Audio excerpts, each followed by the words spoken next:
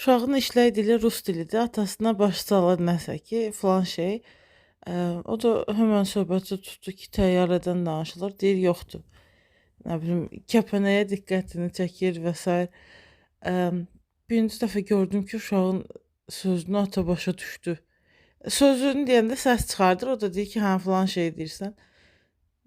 Bu bəlkə də çox önəmli bir detal deyil, amma mənə elə gəlir ki, bütün günü analığı paylaşanlar, 9 ayı, daha sonrakı illəri, ilk 3 ili, daha sonrakı 3 ili kaprizləri həmişə kimsə fikirləşə bilər ki, niyə bu qədər çox paylaşımlar artıb, sürekli danışırlar, nə önəmli bir şeydir ki, təbiətin qanunudur, hamı yaradılış bu belədir, belə də olmalıdır. Niyə danışırlar ki, bu haqda, niyə diqqət çəkməyə çalışırlar?